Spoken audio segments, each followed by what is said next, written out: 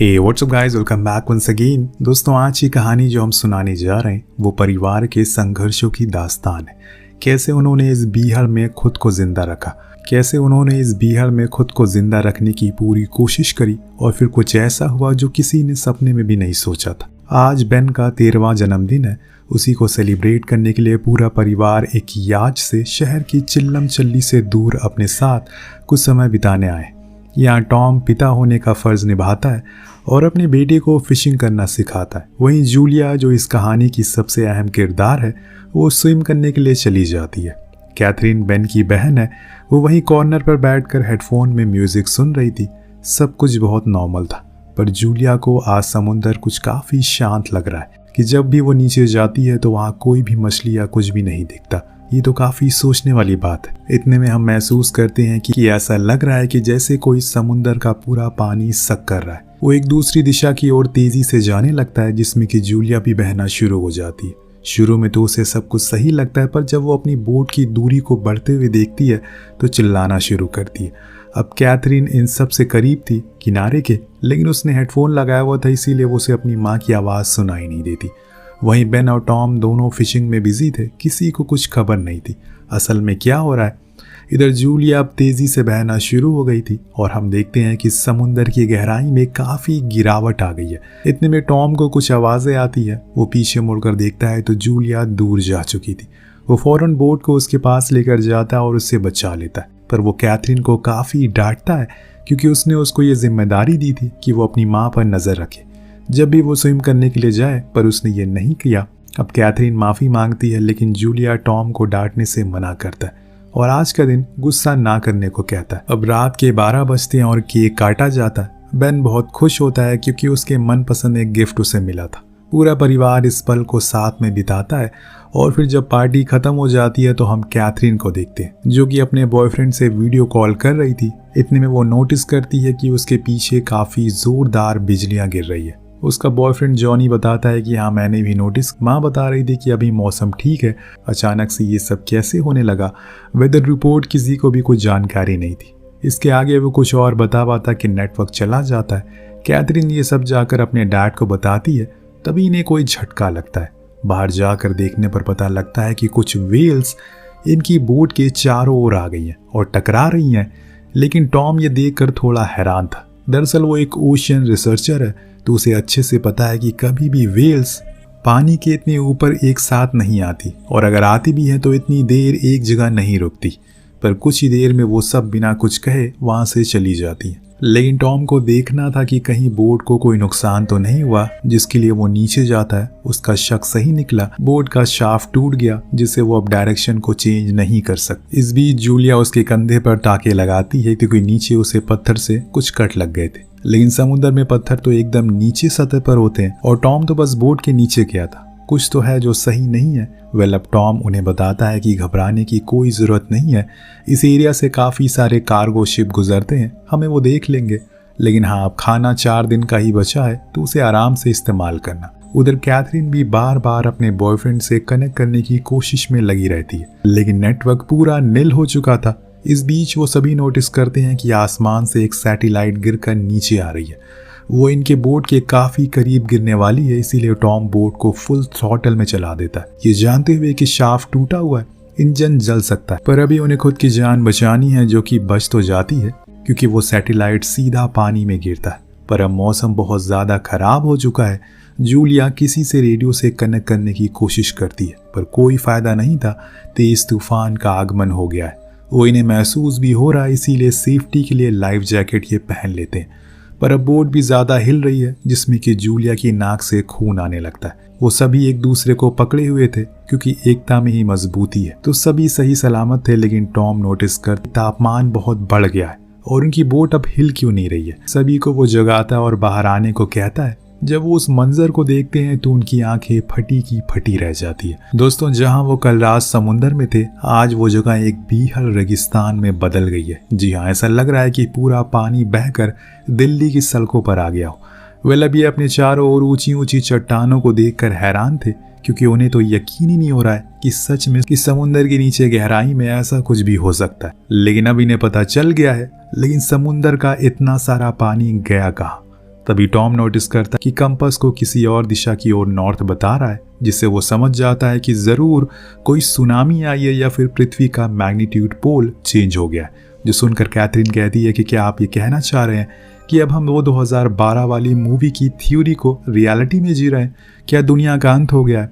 तो टॉम कहता है कि नहीं, ज़रूर कोई और सर्वाइवर होंगे हमारी तरह, हमें बस हौसला और हिम्मत रखना होगा।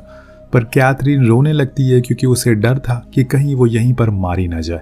और क्या जॉनी ठीक है या नहीं, क्योंकि वो उसे कनेक्ट नहीं कर पा रही है। तब जूलिया उसे समझाती है कि हमें हालातों में हिम्मत रखनी चाहिए। वहीं बेन एक ऊंची सी जगह पर बैलून को बांध देता है ताकि अगर कोई आसपास इन्हें देख सके तो वो आ जाए। दोस्तों, एक रात में इतना भयानक बदलाव कैसे हो गया? कुछ देर ट्राई करने के बाद टॉम को रेडियो पर कोई मिलता है जो खुद को एक सबमरीन कैप्टन बता रहा था और कहता है कि वो अभी उन्हीं की तरह समुंदर में था, लेकिन पानी कम होने के कारण वो अब जमीन पर है। तो टॉम पूछता है कि आखिर ये सब हुआ कैसे, क्या उसकी किसी से बात हुई है? तो कैप्टन बताता है कि जहाँ तक मुझे लग रहा है ये कोई सुनामी हो सकती है। कुछ दिन बाद फिर से पानी वापस आ जाएगा, इसीलिए आप सभी लोग किसी ऊंची जगह पर ही रहना ताकि पानी के बहाव से कुछ नुकसान ना हो। तब टॉम उसे लाचार आवाज में पूछता है क्या वो लोग उसके सबमरीन में आ सकते हैं, क्योंकि वो सेफ है। अगर पानी का बहाव ज्यादा हुआ तो वो उसके अंदर ही होंगे। लेकिन कैप्टन कहता है कि ये वो सबमरीन नहीं है जैसा आप लोग सोच रहे हैं। दरअसल इसमें सिर्फ 2 ही लोगों की जगह है। मेरा एक साथी है, वो भी मर चुका है, और अगर आप लोग यहाँ आए तो बहुत मुश्किल होगी क्योंकि खाना बहुत कम है। तो टॉम जूलिया से रोते हुए कहती है कि हमें फैसला करना होगा एक अच्छे पेरेंट्स की तरह। वो वही करते हैं जो हर माता पिता करेंगे। वो कैप्टन से कहते हैं कि सिर्फ हमारे बच्चों को अपने पास रख लो, हम नहीं आएंगे प्लीज़। वो बहुत मिन्नतें करते हैं। अब कैप्टन एक नेक दिल आदमी था, इसीलिए वो मान जाता है, उन्हें लोकेशन बता देता है। जिसके बाद जूलिया फ़ौरन बच्चों के लिए कुछ खाने पीने का और उनके कपड़े वगैरह पैक करने लगती है ताकि वो वहाँ पर सरवाइव कर सके।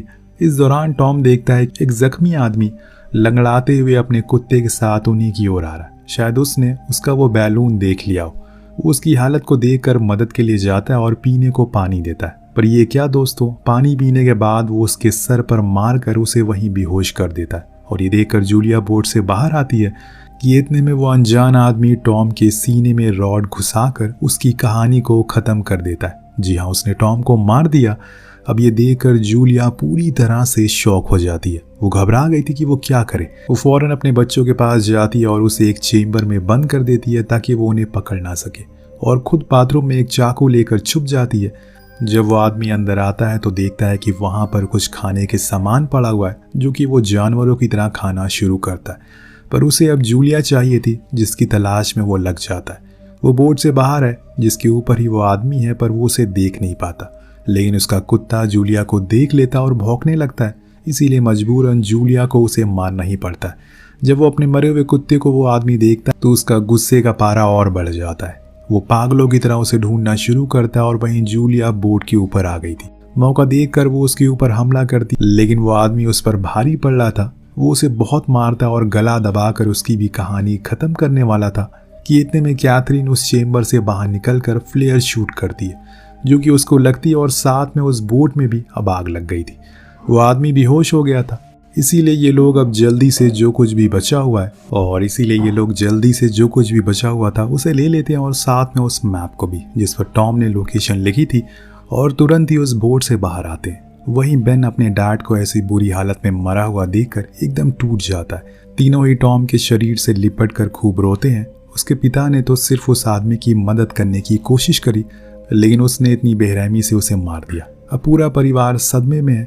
तभी बोट में धमाका होता है, लेकिन वो आदमी तब तक बाहर आ गया था। इसीलिए ये तीनों ही बेन को वहीं छोड़कर भागने लगते हैं, और एक ऊंची जगह पर पहुंचकर बेन किसी से बात नहीं करता। एक कोने में जाकर वो बस रोए जा रहा था, क्योंकि उसके मन में ये चल रहा था कि उसे वो बैलून वहां लगाना ही नहीं चाहिए था, क्योंकि ये आदमी उसी को देखकर वहां आया होगा और उसने उसके डैड को मार दिया।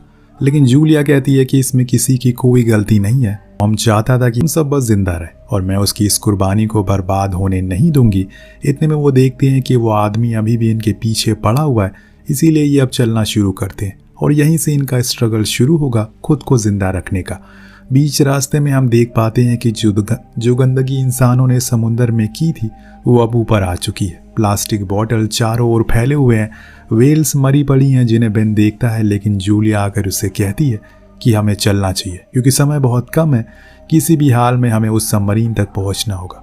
वो पागल आदमी अभी भी उनके पीछे पड़ा हुआ है। इतने में चलते चलते बेन बहुत ज़्यादा थक जाता है, उसके ओठ सूख चुके थे, जिन्हें देखकर जूलिया उसको जो कुछ बचा हुआ खाना पानी थी उसे वो पीने को दे देती है। ये देखकर कैथरीन बहुत गुस्सा करती है क्योंकि अब पानी खत्म हो चुका है और वो सभी मारे जाएंगे। उसके अंदर ये डर बैठ गया है कि वो जल्द ही मरने वाली है, जिस कारण वो भी अपनी माँ पर ही चिल्लाने लगती है क्योंकि अब उसकी हिम्मत ने जवाब दे दिया। कई घंटों से वो बस चले ही जा रहे हैं, पर जूलिया उसकी हिम्मत बढ़ाती है कि बेटा हमें आगे बढ़ते रहना होगा क्योंकि एक उम्मीद है कि हम जिंदा बच सकते हैं। तुम्हारे डैड भी यही चाहते थे, तुम दोनों जिंदा रहो बस किसी भी हाल में। अब वो तीनों उस चट्टान के नीचे आते हैं तो इन्हें आगे किसी का प्राइवेट प्लेन क्रैश हुआ मिलता है जिसकी हालत बहुत ही ख़राब थी। वो उसके अंदर जाकर थोड़ी देर आराम करने का सोचते हैं क्योंकि चलते हुए उन्हें बहुत समय हो गया। इस बीच जूलिया उस रात की फ़ोटो देखती है जब सभी उसका जन्मदिन सेलिब्रेट कर रहे थे। वो क्या रात थी और एक आज का दिन है। वहीं दोनों बच्चे भी काफ़ी मायूस हो गए थे, खासकर बेन जो अपने पिता से काफ़ी अटैच था। वो उसके सब कुछ थे, उसका सहारा थे, लेकिन उनकी ऐसी मौत को देखकर वो पूरा टूट चुका है। थोड़ी देर में रात हो जाती है, तब कैथरीन को प्लेन के बाहर से कुछ आवाज़ आती है जैसे कोई चल रहा हो, इनके करीब आ रहा हो। तो वो अकेले ही बाहर चली जाती है चेक करने के लिए। इतने में उसके पीछे हम उसी इंसान को देखते हैं जो कि उस पर हमला करने वाला था, लेकिन इतने में अंदर से जूलिया बाहर आती है और उसके ऊपर चढ़कर कई बार चाकू से हमला करती है। दरअसल ये इनका प्लान होता है जो कि अब कामयाब हो गया था।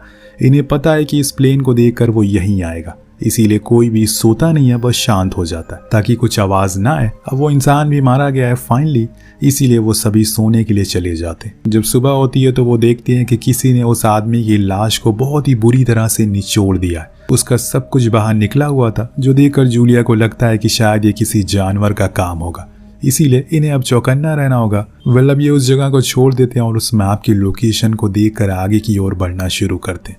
लेकिन अब इनके पास ना तो खाना और ना ही पानी, इसीलिए सभी की हालत बहुत ख़राब हो चुकी है। एक जगह पर बेन को कुछ पानी इकट्ठा दिखता है जो कि सड़ चुका था, पर वो खुद को रोक नहीं पाता, उसको पीने लगता है। हालांकि कैथरीन उसको रोकती है, लेकिन तब तक उसने उसको पी लिया था। और फिर क्या था, उसकी हालत डाउन हो चुकी थी। दोनों माँ बेटी उसको सहारा देते हैं और फिर एक जगह पर रुककर जूलिया उसको इंजेक्शन लगाती है। वो अपने साथ किट लेकर आई क्योंकि वो एक नर्स है और उसको पता है कि इस सफ़र में कुछ जख्म ज़रूर मिलेंगे। इतने में देर रात इन्हें कुछ आवाज़ें सुनाई देती है, जिसको चेक करने के लिए वो बाहर जाती है तो खुद की ओर आती हुई चीज़ को देखकर उसके चेहरे का रंग ही उतर जाता है। वो अपने दोनों बच्चों को लेकर वहाँ से भागना शुरू करती है। इस दौरान उसे वहाँ पर एक कंटेनर शिप दिखता है जो कि पलट चुका था। कुछ लोग भी वहाँ पर थे जो कि उस चीज़ को देखकर उन कंटेनर के अंदर जाना शुरू कर देते हैं, लेकिन जूलिया उन्हें रुकने को कहती है, पर वो गेट को बंद कर देते हैं। इस बीच हम उस चीज़ को देखते हैं जो कि एक नहीं बल्कि हज़ारों और लाखों की तादाद में थी। वो असल में समुद्री कीकड़े थे जिनका आकार बहुत ज़्यादा बड़ा हो चुका है। अब जूलिया तो जल्दी से अपने बच्चों को ऊपर कंटेनर पर चढ़ा देती है, पर जब तक वो चढ़ती है कुछ कीकड़े उसके पैर में काट लेते हैं, जिसकी वजह से वो जख्मी हो जाती है।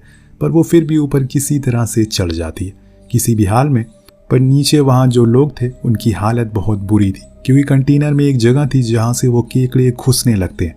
वो शूट तो करते हैं, लेकिन कितनों को शूट करेंगे। वो सभी एक एक करके इन लोगों को खा जाते हैं और ये देखकर जूलिया सोचती है कि अच्छा हुआ वो ऊपर आ गई। वेल अब सुबह का सूरज निकलता है और तब ये लोग वहाँ से नीचे उतरते हैं। उन लोगों की हालत को देखते हैं, सेम उसी तरह थी जैसे कि उस अनजान आदमी की लाश के साथ हुआ था। तो हमें समझ आता है कि असल में उसके साथ क्या हुआ। सभी ने जो कुछ भी मिला वहाँ से इकट्ठा कर लिया और जूलिया ने भी अपने घाव को जलाकर ठीक कर दिया, जो कि बहुत ही ज़्यादा दर्दनाक होता है। अब वहाँ उन्हें एक वॉकी टॉकी मिलता है जिससे वो उस कैप्टन से कांटेक्ट करके बताते हैं कि हमारा वो मैप खो गया है कल रात में क्योंकि कुछ बड़े केकड़ों ने हमला कर दिया। तो वो बताता है कि हाँ मेरे ऊपर भी किसी ने हमला किया था, मैं अभी ज़ख्मी हूँ, लेकिन अगर केकड़े आ गए तो पानी भी जल्दी आ जाएगा, इसीलिए तुम सभी को जल्दी से यहाँ आना होगा। देन वो उन्हें लोकेशन बता देता है। वहीं बेन को कुछ बंदूकें भी मिलती है जिन्हें वो अपनी माँ को दे देता है और फिर ये सभी वहाँ से उस सबमरीन के लिए निकल जाते, जो कि उन्हें दूर से दिख जाती है। पर वहाँ पहुँचने के लिए कुछ कठिन रास्तों को पार करना होगा जो कि चट्टानों के बड़े बड़े गड्ढों से गिरे हुए थे। लेकिन इन्हें फिर भी वहाँ जाना ही पड़ता है। लेकिन इन्हें कैसे भी करके वहाँ जाना ही है, इसीलिए बड़े ही संभल संभल कर उस ओर बढ़ते हैं। इस बीच उन्हें मरी हुई शार्क की बदबू को भी झेलना पड़ता है। तभी जूलिया का पैर स्लिप हो जाता और एक गड्ढे में वो गिर जाती है। वो अपने बच्चों से कहती है कि तुम चले जाओ, मैं अब यहाँ से बाहर नहीं आ पाऊंगी। उसे अंदाजा हो गया था कि अब पानी आने वाला है क्योंकि जमीन नम हो गई है, पर कैथरीन जाने को राजी नहीं है बिना अपनी माँ को लिए। लेकिन जूलिया गुस्से में कहती है कि तुम जाओ, वहां पर सिर्फ 2 ही इंसान की जगह है। कैथरीन को मजबूरन जाना ही पड़ता है और ये एक बहुत ही इमोशनल मोमेंट होता है। वो चाह कर भी अपनी माँ को बचा नहीं सकती और उसकी माँ चाह कर भी उसके साथ जा नहीं सकती। पर वहाँ वो देखते हैं कि कैप्टन तो बाहर ही है, जो कहता है कि तुम दोनों अंदर चले जाओ, मैं अब मरने वाला हूँ। जो सुनकर कैथरीन फौरन दौड़कर अपनी माँ की ओर भागती है क्योंकि अब एक जगह और है। लेकिन वहाँ वो केकड़े तो आ गए थे, वो आते ही जा रहे थे। इतने में वहाँ पर कैथरीन आती है और कहती है, माँ वो कैप्टन मरने वाला एक जगह बची है। अभी वो उसका हाथ पकड़ने को कहती है, जो कि बड़ी ही मुश्किल से होता है। दिन दोनों ही वहाँ से भागकर सबमरीन के पास आती है और अंदर बैठकर गेट को लॉक कर देती है। जिसके बाद हम देखते हैं कि पानी की ऊंची ऊंची लहरें आगे बढ़ रही है और फिर कुछ ही देर में वो जगह फिर से समुंदर बन जाती है जैसे पहले थी। इनकी सबमरीन टकराते उलटते पलटते एक जगह पर आकर रुकती है, जो किसी ज़माने में न्यूयॉर्क हुआ करता था।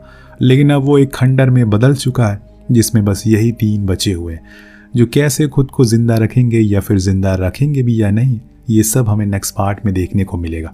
हमें बताया नहीं जाता कि आखिर में ये सब कैसे हुआ, लेकिन जैसे कि कैप्टन ने कहा था कि सुनामी या भूकंप आने के कारण ये सारा हादसा हुआ। आपको क्या लगता है कि इसकी वजह क्या है? नीचे कमेंट करके ज़रूर बताएगा। मिलते हैं अगले वीडियो में। Thank you so much for watching. Peace out.